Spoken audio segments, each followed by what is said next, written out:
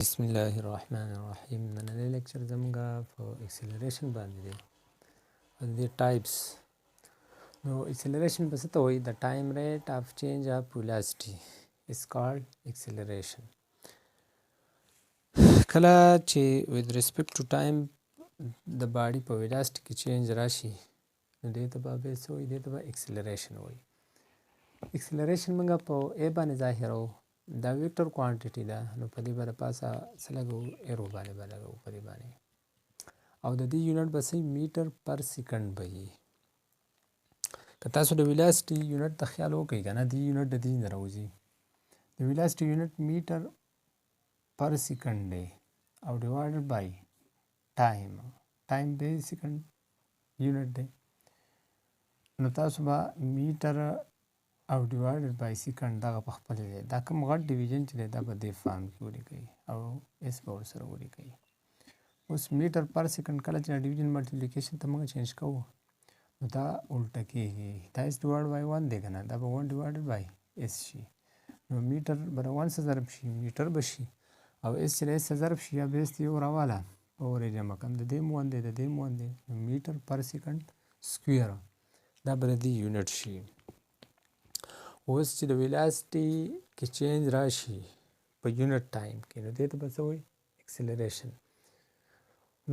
کله چې یو باډي اوس روانه ده که نه، صحیح شوله، زه فرض کړه دا یو پوینټ واخلم که نه، یو پوینټ A شوله او دا پوینټ B شو. دا باډي دې نه روانه ده په 5 میټر پر سیکنډ ویلاسټي سره. د دې A نه ورسېده د B ته، ټایم یې فرض که واخیسته 3 سیکنډ، نو زه به داسې ووایم چې دې اکسلریشن څه دی؟ 5 میټر پر سیکنډ پر سیکنډ. صحیح شوله، دا به موږ باید داسې ووایو، او که داسې نه ووایو نو دا د یونټ به څه شی شي؟ میټر پر سیکنډ سکویر به شي. پوهېږئ په دې که نه؟ دغه شانته دا هم دی. نو 5 میټر پر سیکنډ او پر سیکنډ دلته به داسې کار وشي، دا 5 به په 3 ډیوایډ کړي، دی نه خو به هر څه راشي په خپل ځای دی. میټر او دا سیکنډ او دا سیکنډ خو بیا سیکنډ سکویر راځي د دې نه که نه، نو 5 میټر پر سیکنډ سکویر، نو 5 په 3 ډیوایډ کړي، دی نه که هر څه راغلی نو دا به شي.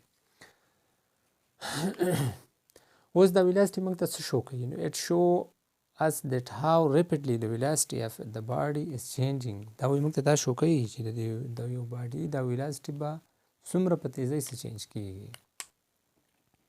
ښه، بیا د دې ټایپس دي: ایوریج اکسلریشن، instantaneous، یونیفارم، deceleration، positive acceleration. دا مختلف ټایپس دي. نو اول لازو ایوریج اکسلریشن ته. نو ایوریج اکسلریشن به څه ته وایي؟ چې د ټوټل چینج ان ویلاسټي اف ا باډي ډیوایډډ بای ټوټل ټایم ټیکن is called average acceleration. average acceleration په څه ته وایي؟ چې کله د یو باډي ټوټل ویلاسټي راوالي په هغه کې چې کوم چینج دی دا په ټوټل ټایم ډیوایډ کړي، دې ته به څه وایي؟ ایوریج اکسلریشن به وایي. ایوریج کوم علامات دی هغه د ټولو لپاره دغه اپلای کېږي، که ویلاسټي و ویلاسټي لګوئ، که اکسلریشن و اکسلریشن، که سپیډ و سپیډ لګوئ، نو A د A به ولګي، نو دا به شي ډلټا وي ډیوایډ بای ډلټا ټي. ډلټا وي ډلټا موږ ته شو کوي چینج، دا ګریک ورډ دی. نو څنګه دلته ډلټا وي دی چینج دی، نو فاینل ویلاسټي ماینس انیشل ویلاسټي، دغه شان ډلټا ټي نو ټي اف ماینس ټي آی. وی اف مطلب دی فاینل ویلاسټي، او وی آی مطلب دی انیشل ویلاسټي، اخري ویلاسټي او ابتدایي ویلاسټي سټارټ والا.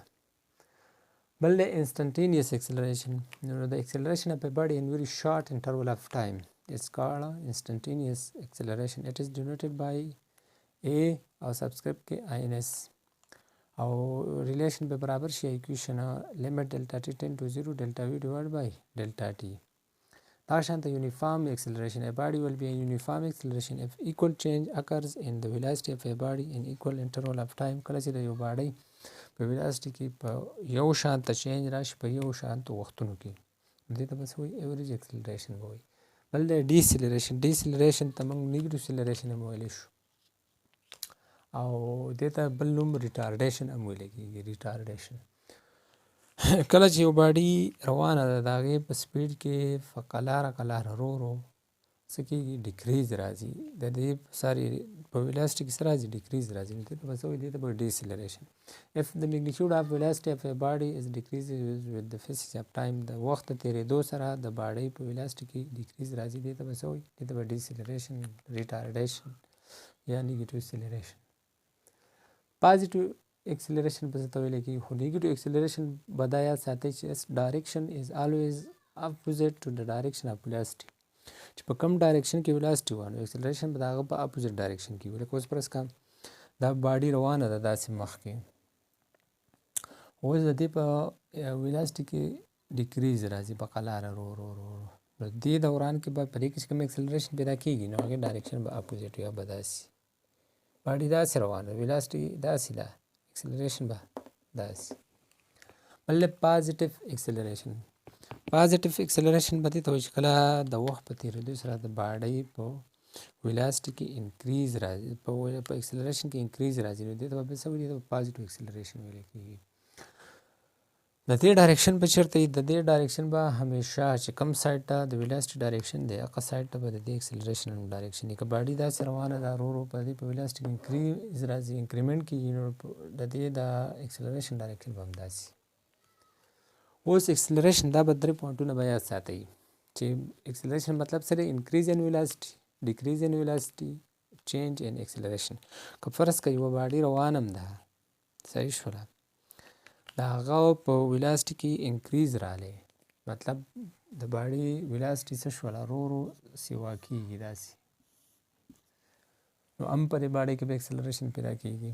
که یو باډي په ډېره زیاته ویلاسټي سره روانه ده خو ورو ورو د دې دا ویلاسټي څه کېږي کمیږي صحیح شوله نو بیا به هم صحیح په دې باډۍ کې به اکسلریشن پیدا کېږي. که چېرته دا کانسټنټ وي مطلب په ویلاسټي کې چینج نه راځي صحیح شوله خو بل یو پوینټ شته که چېرته په ډایرکشن کې چینج راځي که نه نو بیا به هم صحیح ویلاسټ اکسلریشن پیدا کېږي. که فرض کړه باډي هم دغه شان ته په کانسټنټ ویلاسټي سره روانه ده په ډایرکشن کې چینج رالی دا مړاو شوه داسې ټرن شوله صحیح شوله هماغه ده خو بیا به هم صحیح اکسلریشن به پیدا کېږي. ښه اوس یو څو خبرې دي کله به اکسلریشن زیرو وي ویلاسټي به های کله به ویلاسټي زیرو اکسلریشن به موجود وي. acceleration and velocity will be parallel with velocity increasing. acceleration او velocity به کله parallel وي کله به دواړه په یو ډایرکشن کې کله چې velocity څه کېږي د یو باډۍ انکریز کېږي نو بیا به parallel وي دا خو موږ وویل وختي او acceleration and velocity will be anti parallel when velocity is decreasing.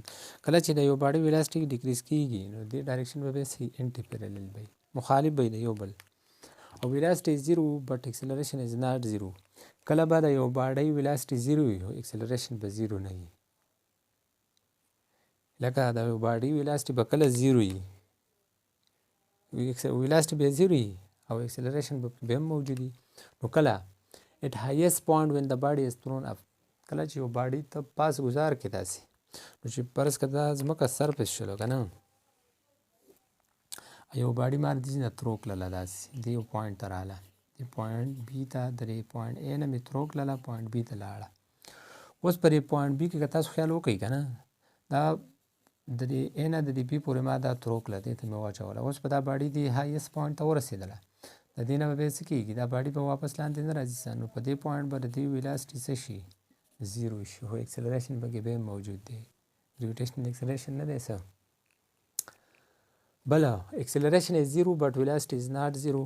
اوس به اکسلریشن به کله ځي اکسلریشن به زیرو وي او ویلاسټي به صحیح موجود به وي کله when a body is moving with uniform velocity کله چې یو باډي په یونیفارم ویلاسټي سره روان وي که نه مطلب په ویلاسټي کې چینج نه راځي نو بیا به صحیح اکسلریشن به زیرو وي په ویلاسټي کې چینج نه راځي نه په ډایرکشن کې نه په میګنیټیوډ کې بیا خو اکسلریشن زیرو دی. بل velocity is perpendicular to acceleration when an object performing uniform circular motion کله چې یو باډي سرکولر موشن کوي که نه په دې دوران کې به د velocity او acceleration یو بل ته صحیح دا به پرپنډیکولر وي.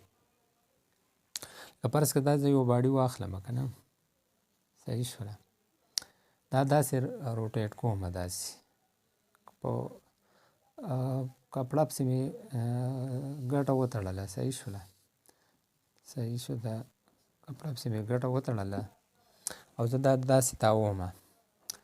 نو ګورئ ښه اکسلریشن به د دې څه وي په دې ډایرکشن کې به وي.